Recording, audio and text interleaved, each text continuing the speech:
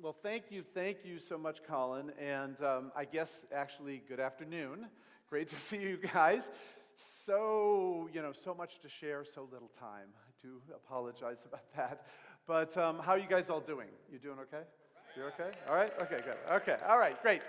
So, I was asked by our dear friends at Startup Grind if I would share some of the secrets of Silicon Valley and some of the lessons that I've learned as an entrepreneur and a venture capitalist in Silicon Valley. So I'm gonna share with you one big secret today, and it's called getting to wow.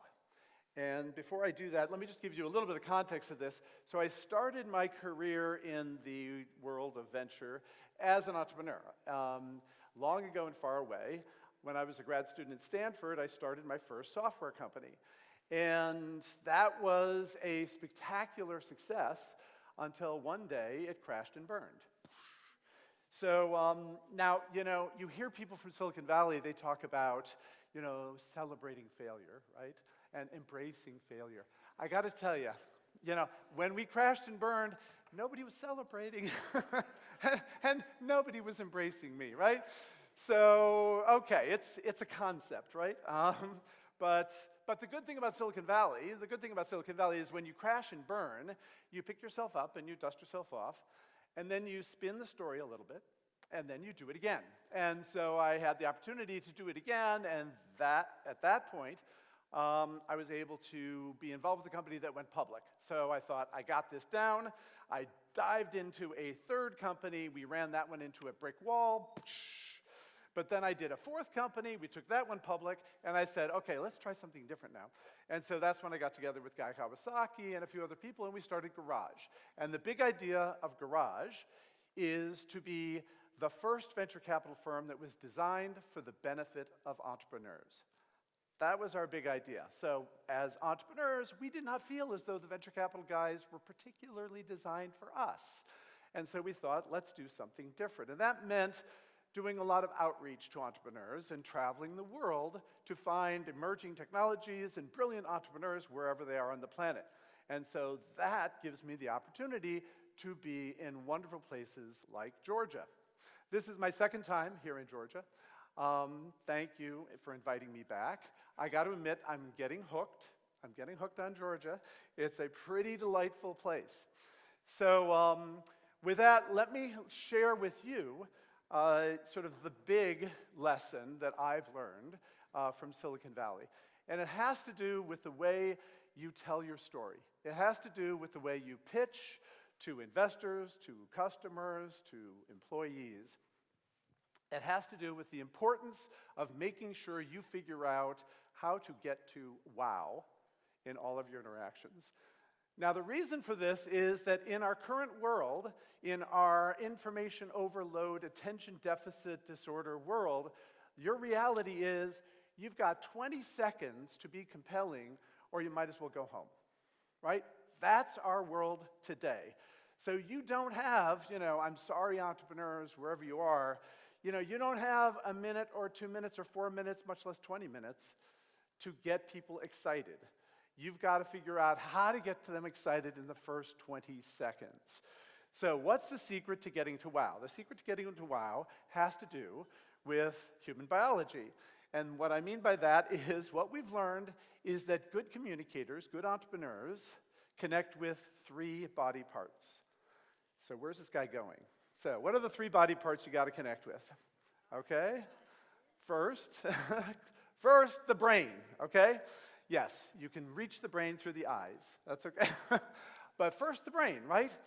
So as when you're pitching someone, what you say has got to make sense. It's got to connect with the way I think the world works. You cannot violate the laws of physics. It's got to be consistent with what I think is the way the world is. So when I was an entrepreneur, we spent 99.8% of our time focused on the brain part, focused on pulling together pitches and gathering evidence and gathering data and putting together 56 PowerPoint slides and burying the investors with data and evidence and proof and testimonials and spreadsheets and forecasts to try to convince them we had a great company. So then, when I became a VC, I had thought, as an entrepreneur, that these VCs were these amazing analytic brains, right? That could listen to all the stuff that entrepreneurs were dumping on them, all of the 56 slide decks and all that, right? I thought they had this algorithm in their head, and they could process data in real time, calculate an internal rate of return, and then get the investment decision out, right? That's why they were paid the big bucks. That made sense. So then I became a VC. So as Garage, we got funded by a bunch of the big Sand Hill Road, Silicon Valley VCs, Sequoia and Mayfield and Draper Fisher Jurvetson funded us to find entrepreneurs at the seed stage. So now I'm a VC, sort of backdoor accidental, but now I'm a VC. So I go to my new buddies and I say, hey guys, now I'm one of you. Tell me, what's the algorithm? And they would look at me and they would say, well, you know, we invest in teams. Yeah, we invest in teams. I go, okay, great, but you know, what's the data? What are the analytics? How do you measure the competency of a team? And I say, well, you know, it's kind of pattern recognition. After 5 or 10 years, you'll get the hang of it.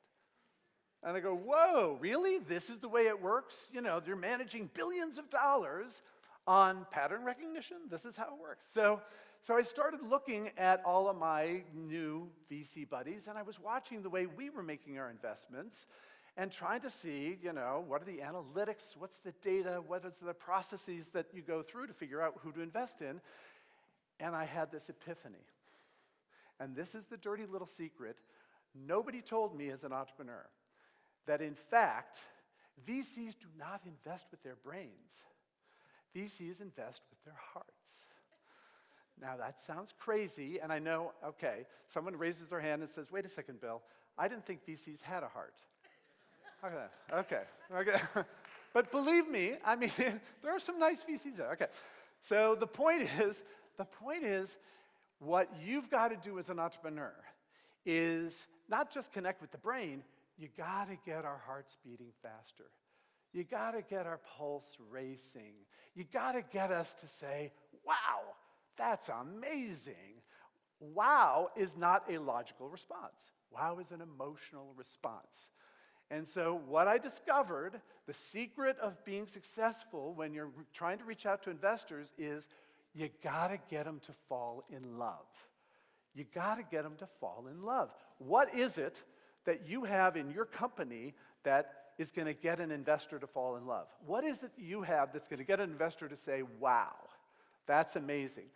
You can't just stand in front of the investor and start describing your product and suggesting your financial forecast and your go-to-market strategy and go through your slide deck. You can't just talk at them. You've got to get them to say, wow. You've got to get them to fall in love. So that's the big secret. But now there's a third body part. What is the third body part you got to connect with? The gut. Very good. All right. You got to connect with the gut, right? So, you know, we all know what this is. Right? We all, as human beings, we all have this tendency, as soon as we meet someone, as soon as we hear something, we have an immediate reaction. We know this is the way the human works, is we immediately say, boy, do I trust this person? Do I mistrust this person? Do I believe what they're saying, or do I not believe what they're saying? Do I want to spend time with this person, or do I want to run away, right? And so, as an entrepreneur, you got to pass the gut check. Now, I know most every entrepreneur is actually, you know, well-intentioned and nice, but what happens is, entrepreneurs, you guys are so passionate, so enthusiastic about what you're doing. You're so certain that what you're doing is going to come true. You have this tendency to exaggerate, right? You have a tendency to maybe overstate what is reality. And so we get these entrepreneurs who's, you know, come up to us and say, hey, Bill, we're going to disrupt the $3.5 trillion U.S. healthcare market. And I go, okay, I know you've got a med tech device of some sort. You're not going to disrupt the U.S. healthcare market. So what you got to be careful of as entrepreneurs is you don't blow your credibility out of the block, right? You got to make sure that the first reaction that people have when they meet you is to trust you, to believe you, so that their gut reaction is positive. So those are the three body parts that you've got to connect with. So now, I want to make sure everybody's listening. What is the most important body part? What a team. I love it. Okay. Okay. So you're paying attention. Yes. The secret is you got to figure out how to get them to fall in love. Now, the next part of this presentation is work for you guys. You're going to have to work, okay? You can't just sit back and relax. You're going to have to start working. So whether you're an entrepreneur or you're supporting an entrepreneur, here's what I want you to do is figure out what your wow is. And I'm going to offer some ways to figure out how to get to wow for your companies, all right? But first I'm going to tell you some ways not to get to wow. So we get all sorts of elevator pitches. We have seen as Garage over 100,000 entrepreneurs over the years. We've listened to tens of thousands of pitches. We've invested in over 150 companies. So you can see it's a relatively narrow funnel that we go through. But typically, what we get when an entrepreneur walks into our office is, something like this. The name has been changed to protect the guilty. But typically, an entrepreneur comes into our office and says something like, Coolco is a dynamic startup company that has developed a revolutionary technology that's going to disrupt our $56 billion industry. Our team has over 45 years of combined experience, and we have 3 patents pending. We project that our curve-jumping, paradigm-shifting technology is going to transform the blah, blah, blah, blah, blah, right?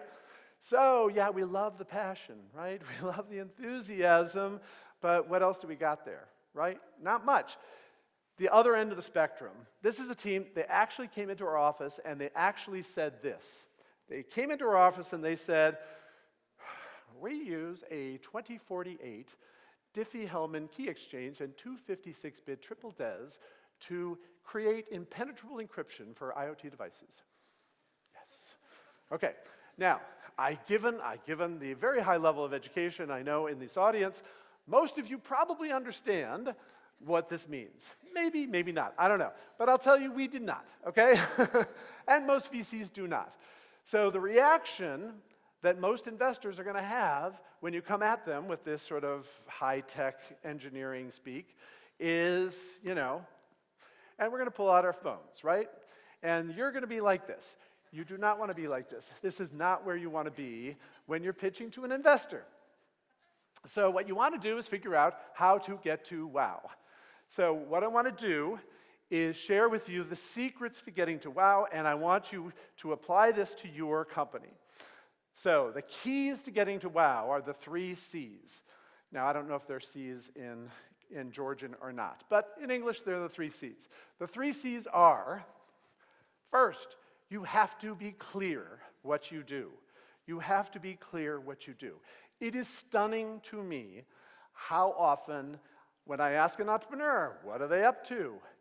They like a deer in the headlights, right? I mean, I don't think I'm that intimidating a guy, but, the entrepreneur's reaction when I say, so, tell me about your company, is something to the effect of, well, we use AI and blockchain to restructure data. Okay. So sorry about that, Chris. In any case, okay, so that's not clear enough in terms of exactly what you are doing.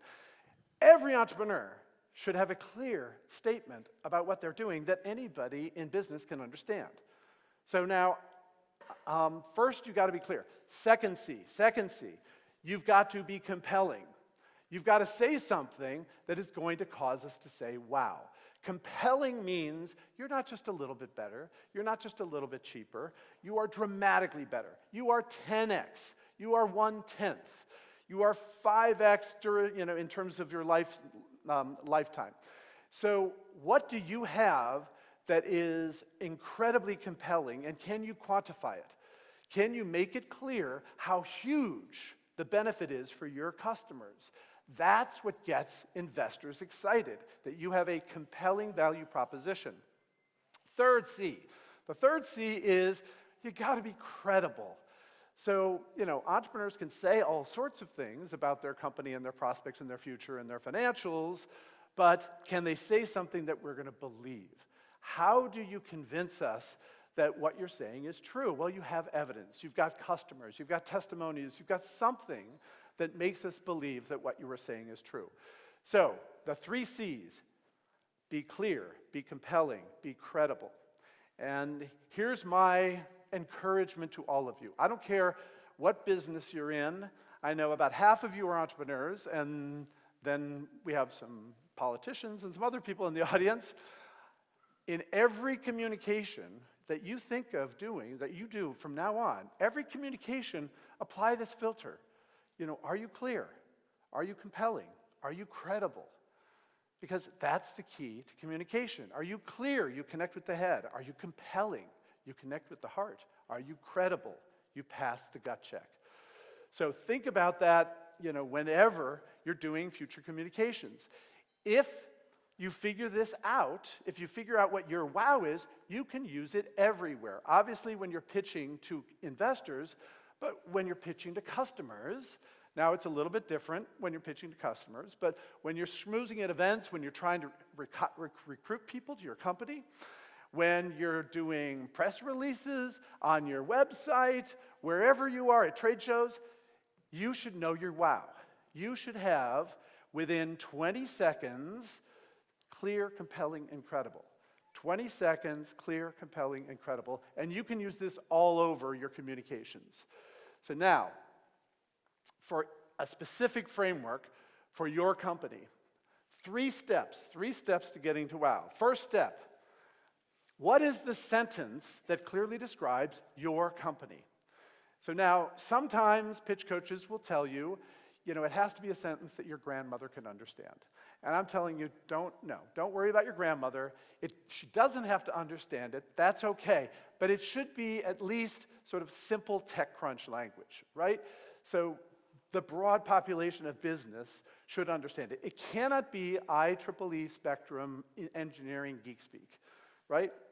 So, what is a clear sentence for your company? Every company should have this sentence. Why don't you have this sentence yet?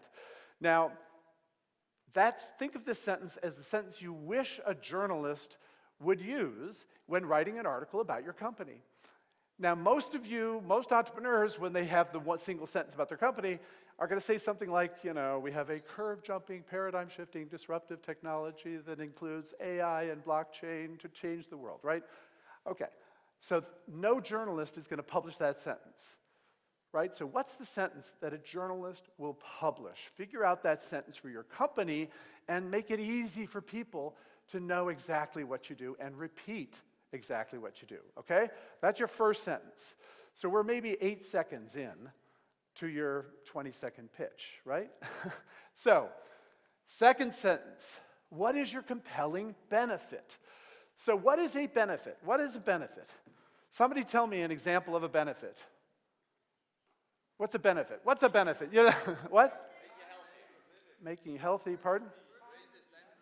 Raise standard of living. How much, right? What? Ice cream is a benefit. Great. Thank you, Nick. So a benefit is something of value that I as a customer ideally can measure, but it's something of value that I as a customer certainly can identify as something that I want. Okay? So typically, I ask an engineering team, so what's the compelling benefit for your technology? And I had one team that came back to me and they said, well, we use silicon nitride. Yes! So you all guys appreciate that silicon nitride has a different band gap than silicon carbide, and therefore it has a different application in power electronics, blah, right? Okay. No, nobody understands that. The fact that you use silicon nitride is not a benefit.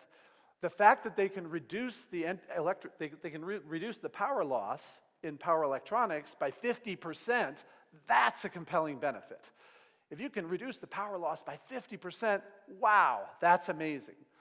So figure out what is that wow, what's that amazing, compelling benefit, and who realizes it? Who gets that amazing, compelling benefit? So that's your second sentence. And a way to start this sentence, a way to get this sentence for your company is, the big idea behind our company is ...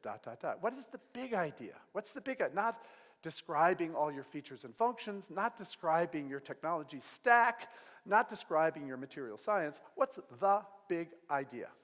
Okay, that's your second sentence. So now maybe you're 15 seconds into your pitch. Third sentence is, you've got to make it clear how you're different than the rest of the world. So here's a problem that entrepreneurs had that I did not realize when I was an entrepreneur. So when I was an entrepreneur, I thought my companies were so brilliant, so amazing, so exceptional, so unique, that as soon as I opened my mouth, the investors would fall before me with amazement at the wonders of this startup company. Well, guess what?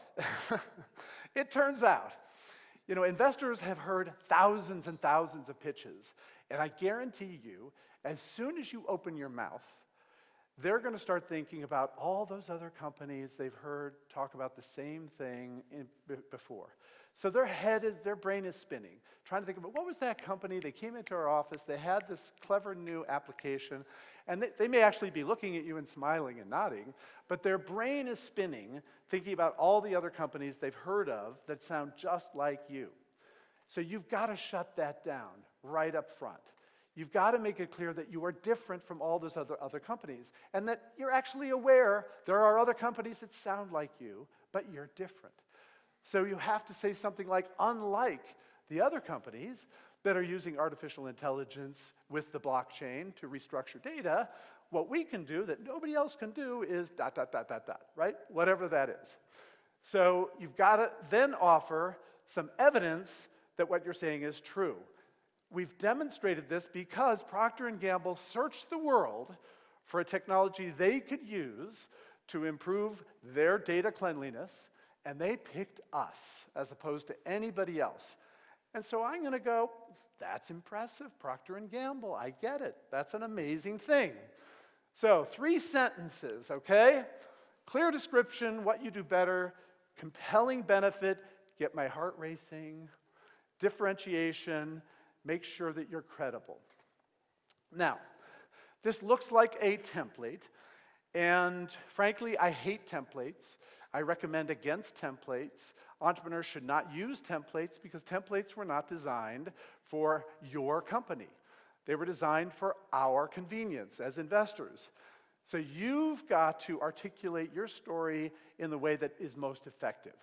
So you don't necessarily have to follow this 1, 2, 3 template, but let me suggest all of you should have the answer to each one of these questions.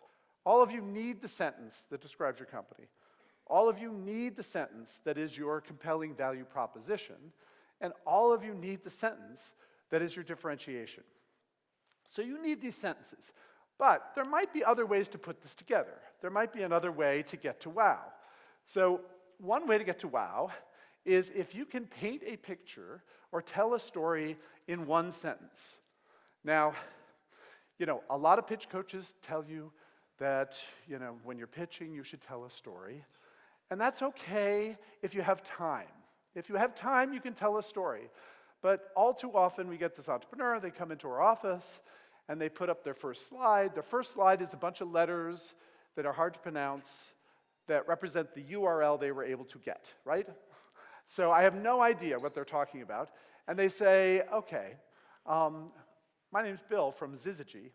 And before I tell you about Zizigy, let me tell you a story. When I was a child, my grandfather had a farm. And on my grandfather's farm, there was a pond. And in the afternoon, I would go down to the pond and look across the water, and there were some woods. And I would speculate on how blah, blah, blah, blah, blah. And, the entrepreneur is going nuts at this point. So, there may be an interesting foundational story about your company, but, when you're first meeting an investor, you don't have time to go into it. If, though, you can tell a story in 1 sentence, then that's okay. So a story in 1 sentence begins with, imagine if, right? Imagine if you had an application that could pull together all of your messages from the 8, 10, 12 different message sites that you use into 1 simple messaging platform. That would make your life so much better. By the way, Anybody have this app? Has anybody developed this app? I want this app. Don't you all want this app? Don't you need this app? It's insane. So I go around the world painting this picture of this app that will pull in my messages, from Line and LinkedIn and Viber and Messenger and WhatsApp and WeChat and blah, blah, blah. I got, 8 different messaging apps, and I got 5 different email accounts. This is insane. Somebody solve this problem. Okay, please? Okay. So, side story. Okay, back to, imagine if. So tell your story, by painting a picture of what you're doing and how it benefits the world. Imagine if. Another thing you could do is you can use an analogy, So we're the Netflix of ebooks, for example. So now, don't exaggerate. Everybody says they're the Uber of this or the Airbnb of that. Be careful that you don't sort of misrepresent by using an analogy. But if it's truly clarifying, an analogy can be useful. And then a totally different approach is if you've got something amazing, if you've got some amazing name that you can drop, then go ahead and drop it. So my favorite example of this is I happen to be down in New Zealand, and I was a judge for a pitching competition. This woman gets up and says, "Hi, my name is Claudia, and we have special effects software for the entertainment industry. Last year, we won the Academy Award." And then she went on and talked about, her technology, her stack, and all that. At the end, I said, "Claudia, you had me at Academy Award, So, how many people here have won an Academy Award? Yeah, all right. So, okay, I get it. You may not have won an Academy Award yet. I'm confident many of you will at some point, right? So, the counterexample is this team. This team comes into our office, hour-long meeting. The template said the team slide comes at minute 55, the last slide, right? So they put up their team slide, and they say, it turns out on the team slide, one of the founders was a Nobel laureate. And we go, whoa, really? Bill Sharp, Nobel laureate economics, he is one of the founders of this company? Are you kidding me? That's amazing. And they go, yeah. And we said, okay, I get it, but why didn't you tell us at the beginning? They said, well, we wanted to end with a bang. I said, yeah, but if you had told us at the beginning, we would have listened. So if you've got a really big name to drop, then drop it, okay? So that's the work I want you guys to do. I want you all, by the end of today, to come up with your wow, less than, 20 seconds or less. And I don't know, there's a reception tonight or something? Is there a reception tonight? There must be something, right? Okay, all right. So I'll give anyone who wants, I'll give you 20 seconds. I'll give you 20 seconds if you can wow me, all right? All right? Okay, so some other very brief tips. Keep it simple. So here's the important thing. If I give you permission to figure out your wow and you and your partners get together and you write out all these incredible sentences, the way you write is not the way you speak. So humans converse in words that are different than they write. So do not write it all down with all these subordinate clauses and appositives and adjectives, whatever. Come up with natural language that is simple, that I can remember, that everybody can remember. Here is the test.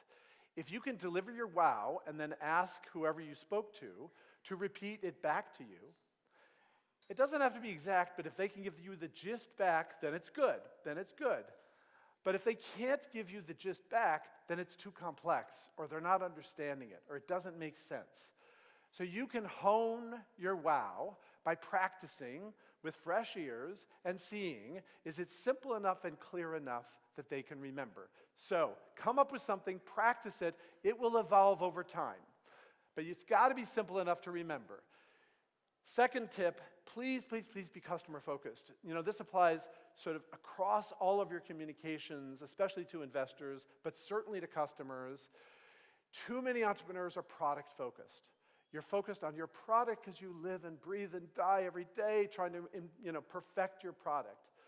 So what we want, we know you love your product, we know you're focused on your product, but when you're talking to the outside world, you've got to be focused on customers. What value do you bring to your customers? Not how beautiful and clever and elegant is your product, okay? Be customer focused. Third, please quantify your wow if you can. If you can put a metric of merit on your benefit, that helps. You can't just be a little bit better. We are 10.5 times faster than Oracle or whatever, right? So convince us that you've got some quantifiable benefit that you can deliver. Now, I say one or two numbers because you may have a few different value propositions, but once I told an entrepreneur, please quantify your benefit, and he came back with a sentence that had 8 metrics in it. And I said, okay, wait a second, that's not going to work. So what are the one or two numbers that you want everybody to walk away with to represent what you're going to achieve? And then last, I think it goes without saying, but don't lie. Now, this should be obvious, but this goes back to my point about entrepreneurs being way, way, way too over-enthusiastic about the likelihood of their success and then possibly misrepresenting. So I'm going to close by quickly sharing with you a list of the top 10 lies of entrepreneurs that we have assembled over the years. So these are things that we hear almost every entrepreneur saying, and it destroys your credibility. So we actually have a much longer list than 10, but I'm going to share with you the 10, and please don't say this, okay? So lie number one. Lie number one is our projections are conservative, right? We're going to reach $576 million in the third year of revenues, and by the way, we think that's conservative. We know it's not conservative. It's baloney. You're never going to hit that number. So I don't care if it's a, incredibly ambitious goal. If you say it's an incredibly ambitious goal, I'm okay with that. But if you tell me it's conservative, get out of my office, okay? Lie number two, our target market is $56 billion. No, just because you have software for the auto parts market, and the auto parts market is a $56 billion market, does not mean that you have a target market of $56 billion. Entrepreneurs consistently misrepresent their market size. Please tell us a realistic market size for the target market you're going after. Line number three, we have a world-class team. So I really appreciate that you love your university mate and his cousin, and you are very loyal, and that's great. Okay, yes. But probably right now you do not yet have a world-class team, right? That's okay, So some of the greatest companies in Silicon Valley were created by college dropouts, right? So what we want to know is that you have the ambition to build a world-class team, that you have the ambition to go out and find the best people you can possibly find to help you with your company. Line number four, our average sales cycle is 90 days, or our typical conversion rate is 25%. So the point here is that most entrepreneurs misunderstand the sales cycle, their conversion rates, how long it's going to take for them to get sales. This is the number one reason that entrepreneurs die, is because they miss their numbers, because they did not figure out in their model that it's going to take longer to generate sales than they hoped. So get realistic and continuously test what your sales cycle really looks like. Look at your metrics carefully and monitor them to make sure you have a model that is realistic in terms of what it's going to take to build your revenues. Line number five, we have no direct competition. So this is an evolution. It used to be entrepreneurs said, we have no competition. But now they've learned, they're savvy, they figured it out. We have no direct competition because nobody else has a blue-colored widget that happens to have 84 sprockets in it. So that does not mean you do not have you do not have competition. Line number six, no one else can do what we can do. This is sort of the alternative to we have no direct competition. Almost certainly, somebody else can do what you want to do. Somebody else can do what you can do. The question is, do they want to? If they don't want to, who cares? There's not an opportunity there. Line number seven, all we need is 2% of the market, right? And this is, right, because if your market's $56 billion, 2% of that's $1 billion, right? How hard can it be to get 2%, right? It can't be that hard, right? It shouldn't be. So, okay, line number 8. We'll be cash flow positive in 12 months. Never going to happen. So, line number 9. Our deal with Google is going to be signed in 2 weeks because I just met Amrit backstage, and he was really excited about our technology. I have no doubt that, 2 weeks from now, we're going to have a deal with Google. And line number 10, I'll be happy to turn over the reins to a new CEO. So I understand, there's this thing going around that VCs want to replace entrepreneurs. VCs do not want to replace entrepreneurs.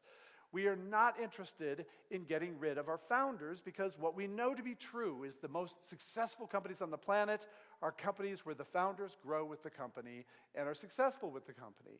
We know this, but it's not always the case that the founders grow with the company. It's not always the case the founders have the right skill set for the next phase of the company. So sometimes we got to look to bring in, additional talent. We want to know that you're willing to do this. We know you're not going to be happy. We get that. Sometimes entrepreneurs are happy. We know you're not going to be happy, but we want to know that you see this company as something bigger than your personal development experience, right? So, those are the top 10 lies of entrepreneurs. I also have available for you free on our website. This is the advertising portion of the program. I did a blog called The Top 10 Terrible, Horrible, Very Bad Slides. So to try to help you with, what you should not be doing on your slide deck. And I'm hoping to come out with the positive side of that sometime soon. And so this is getting to wow, and I want to thank Greg for helping me with the slides. And I want to point you to our website at garage.com. We have a lot of resources on our website for entrepreneurs that, we are happy for you to take advantage of. So with that, I am going to let you all go. Thank you all very much. It's been my delight. Okay? All right.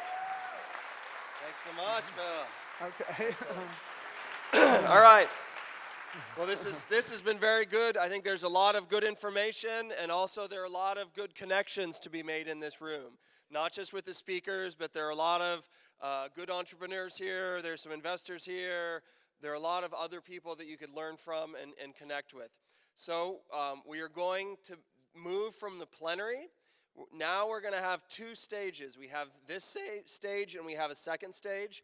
But for 30 minutes-ish, we're going to have a break. So this is when you all get up and move and look at the exhibits and so on and so forth. There's some snacks upstairs and some exhibits upstairs. So I encourage you to go out, make friends, and see the hall.